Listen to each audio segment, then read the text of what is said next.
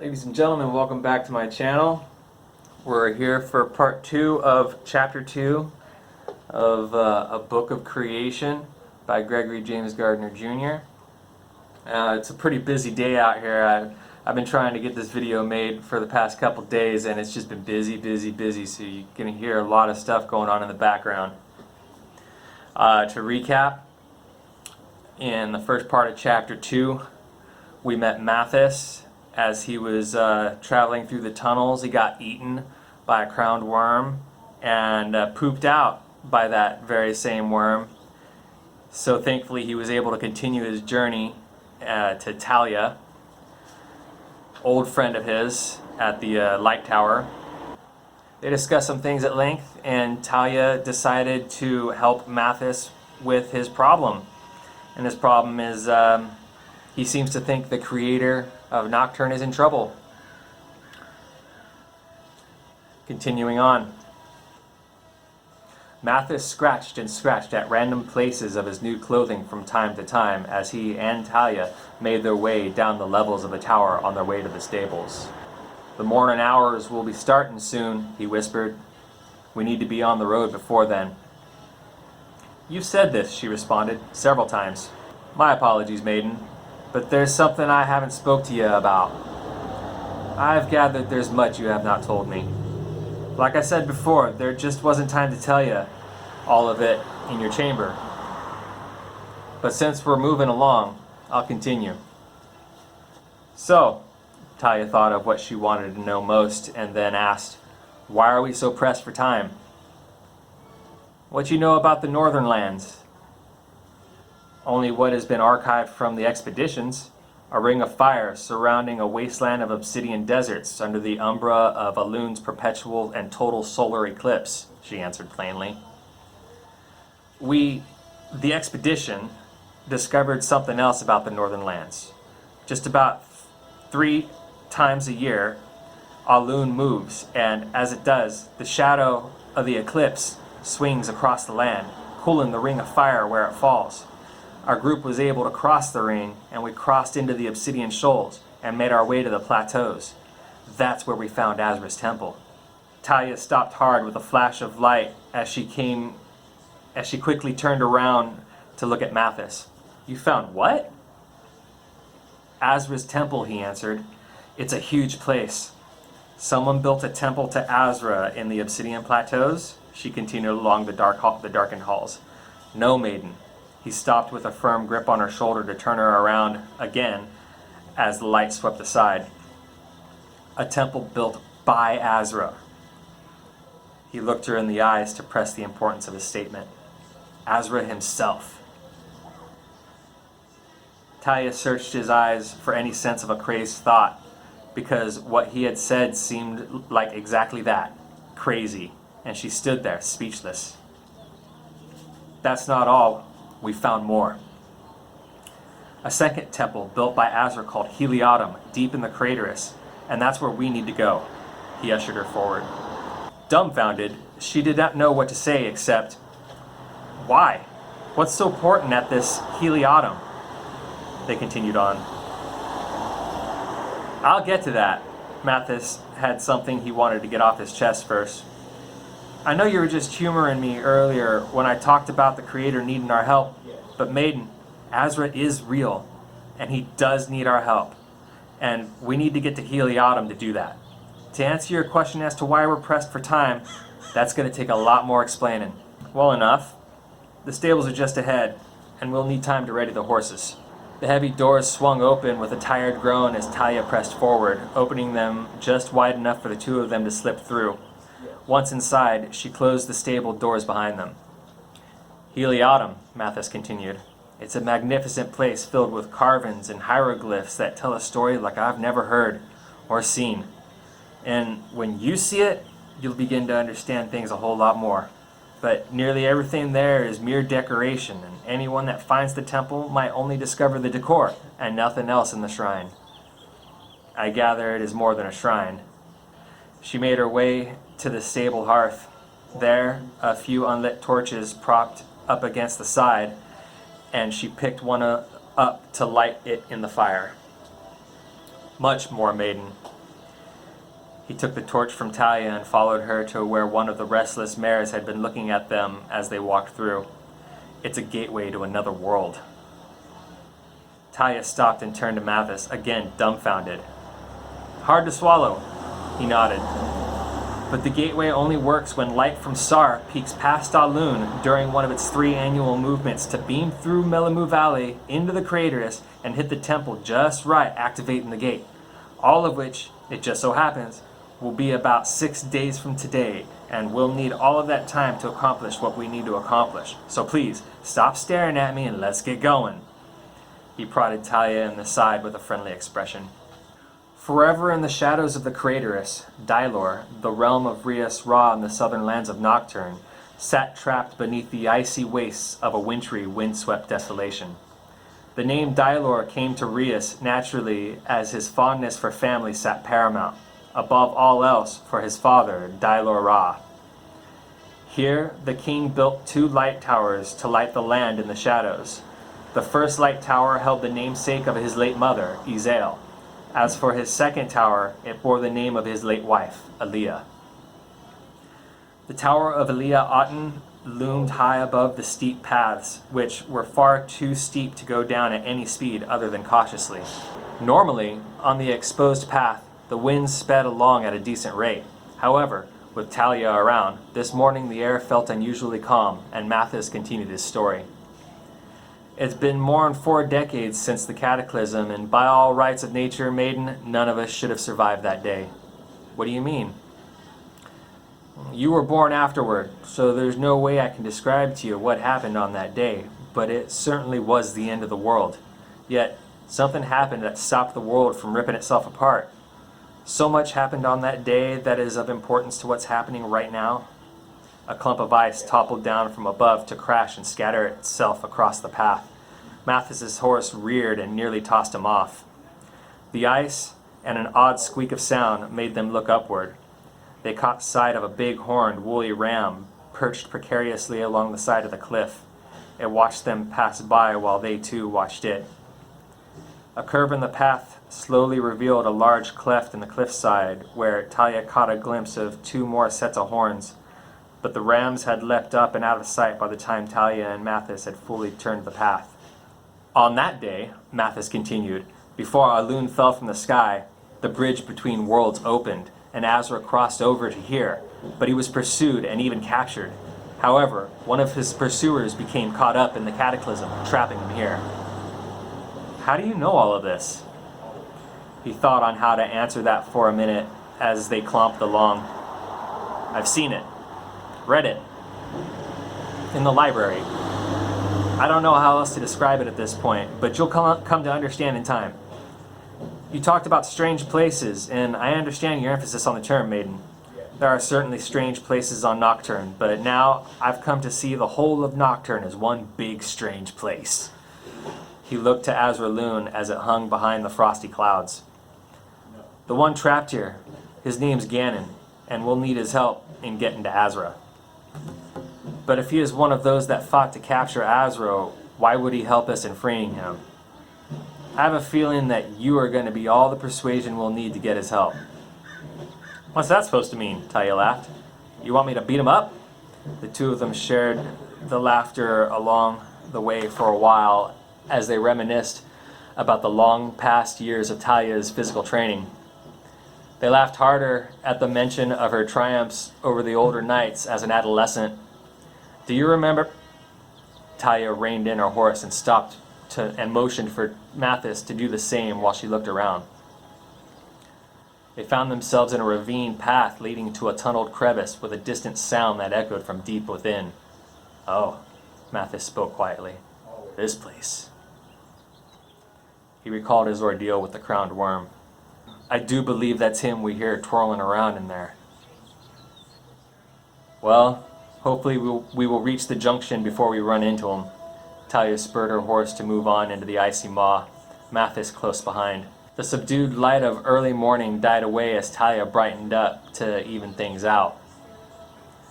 The frigid fissure, almost a tunnel, cracked open above here and there. Silvery moonlit clouds passed overhead as she looked up.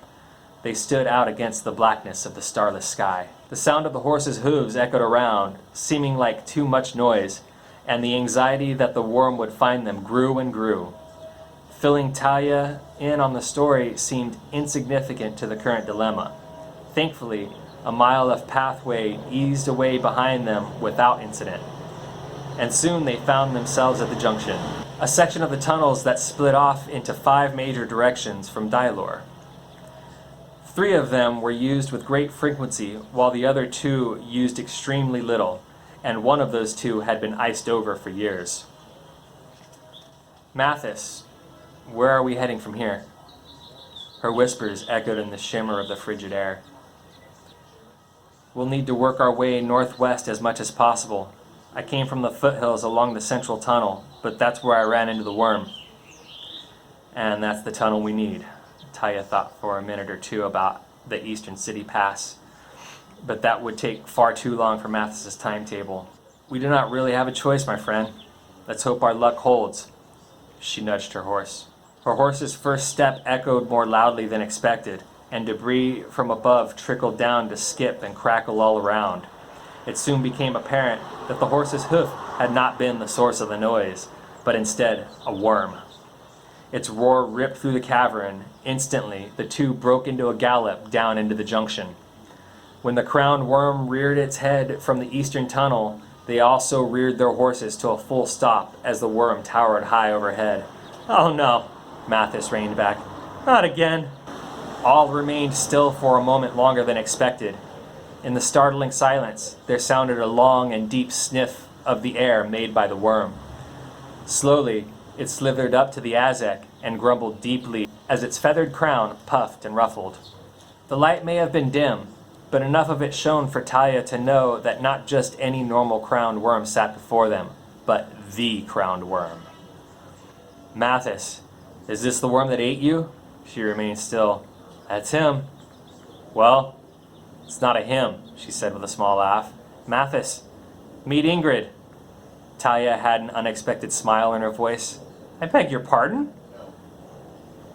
A low rumble arose from the belly of the worm as it looked the 2 over. "Ingrid." Mathis's eyes widened as he looked up at the worm. "Ingrid is not just any worm, Mathis." Talia dismounted her horse and made her way to Ingrid. "She's the brood mother and a trusted friend." She reached up and patted the worm's scaled belly. "Dahlia." The worm rumbled in a way that seemed more like a deep cooing, but it came to a subtle end as it looked at Mathis. "Gorubligak." Talia burst into laughter as she nodded and said, Yes, you did eat him." But then she realized she was talking about her friend and calmed down. "Thankfully, you did not finish him off." "Thankfully?" Mathis cinched his satchel up close. "Yes, thankfully," Talia affirmed to the worm. "He seems to have some rather pressing matters." The next several minutes were spent recounting Mathis's plight, and Ingrid readily volunteered to help get them to the craterus. "Excellent," Talia said with a smile and a bounce. "She's agreed to take us as far as Ninnersog." Mathis, still beside himself, went along. "That'll work well. The city will be a good stop along the way. There's a catch, though." She started to get her gear down from the horse. "Grab your things. We're going to go on foot for a little bit." "I'm not asking any questions." He hopped down and gathered his things. "I have a feeling I know what's about to happen, and I really don't want to be around to see this happen to something else." Ingrid took her time as Talia and Mathis walked along the path through the icy cave in the morning hours. The light of Aliyah Aten had begun to show itself in the lands of ice and snow to grace everything it touched with an effulgent glow. Even down in the fissures of the tunnels, light reflected inside to skip around here and there, from the ice walls to the crystal structures. The clouds of their breaths would sometimes catch a ray of light as they billowed outward, and soon enough, as the light from the tower grew brighter, the 2 of them climbed the path up and out of the cave system. A view of the climbing landscape ahead of them dazzled their eyes as the light from the tower behind them bathed the face of the frozen mountain range some miles ahead. Talia looked back and up to the tower of Aliyah Aten, and she had to shield her eyes as the Otten shone brightly atop the great spire. Aaliyah Otten, Mathis looked up as well. Remind me to tell you a story about Ezael Otten when we get underway. I'm sure I know all the stories about the towers there could be to know, without a doubt. You might be surprised. Well, Talia cried, out with it. No need to wait for Ingrid. Might as well, he replied. It's quite a story, and it starts with Ganon. He's been trapped here for the better part of half a century, wandering the Craterus and making a name for himself among the locals of the towns. But he's been there even before the towns were there. He's been there since the Cataclysm, and even witnessed the Exodus. The Exodus? That's right. Present when Rias Ra and his people first journeyed through the Craterus on their way to the southern lands. Mathis, Talia spoke up. During that time, Mathis, she said loudly enough to snap him out of his account. He looked at Talia as Ingrid coiled around them both, and the old man jumped with a skip in his heart. Relax, my friend. Talia placed a hand on his shoulder. I have to say that when you get going, you really get distracted. I mean, no wonder Ingrid was able to eat you. A low rumble that resembled laughter came from the belly of the worm while Talia helped herself up onto the worm's back. Once stable, she reached down to help Mathis up. There's a bony crest just inside the plume of her crown. We'll be able to sit there while we ride. Seated and safe, the two continued as the worm sped along. Mathis, before you go any further, Talia thought a moment on how to word her question. You tell all this as though you were there, and before you said you read all this. Where did you read all of this? I didn't just read it, I saw it. As though being there. But I'll get to that in time. Trust me, it'll make more sense down the line. You were saying that Ganon had seen the Exodus. That's about as far as I got. The people moved south to establish Dylor and the Otten, and there's also a great deal of the story that I wasn't able to read. However, from then on, Aaliyah became Ganon's outside link to our strange new world. Do you think we can use this link with Aaliyah to get Ganon to help us? I think so, yes. But Aaliyah Ra has been dead for a long time. How is it going to help? Things progressed as their encounters lasted going on 10 years. If we find Ganon, maybe he can fill you in on those years. But to cut things short and get to the point, Talia, they had a child. He nodded at her. Just about 30 years ago. And I'm positive that child is you. You've gone crazy, she shouted back, though not because she actually thought he was insane, but because the roar of the wind passing had become so intensely loud. However, what he had told her had yet to sink in. After all, she had questions about her origins, but right there and then, amid everything he said to her, it seemed like just another unbelievable part to his story. After some thought, she responded, All right, listen. Even if you are right, and I am the illegitimate daughter of Aaliyah Ra and some being from another world, what do I have to do with saving Azra? I don't rightly know. Things that happen in our so-called strange places aren't written of, and there are also things that have yet to be written. All I know, maiden, is what led up to this point, and I know that we have more than just a passing part in the grander story. You and I have a part that will shape things to come. I know it. The group sped off along the foothills of the first rings in the range known as the Craterus, a continuous set of craters and dormant volcanic vents that spanned the known world across Nocturne's equator. Ninnersog sat some miles away on the peak of a mountain range that sat dwarfed by the Aga behind it. With all the zigzag up and down pathways, it would be several hours before they reached the small township. Much of that time they spent in silence, as Mathis let Talia absorb what had happened so far. That's the end of Chapter 2, ladies and gentlemen. Thank you for joining me. Don't forget to hit that like button and subscribe so that you can keep up to date for future chapters. If you want to purchase a book of creation by Gregory James Gardner Jr., Link is in the description down below. I would greatly appreciate your support in this venture of mine. And, well, that's about it. We'll see you guys next week, next Monday with Chapter 3. Y'all take care.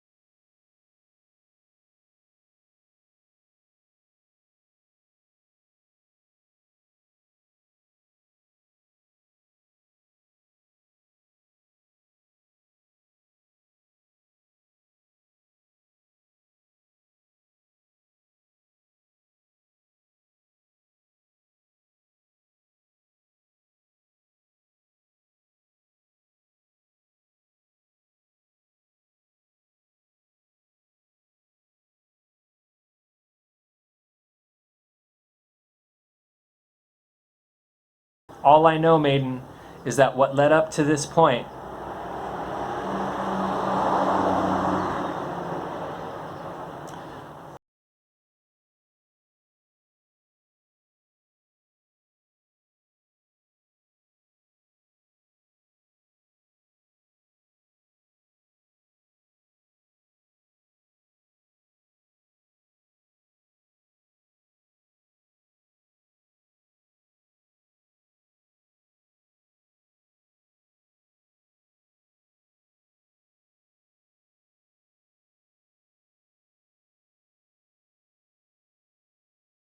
I'm not asking any questions.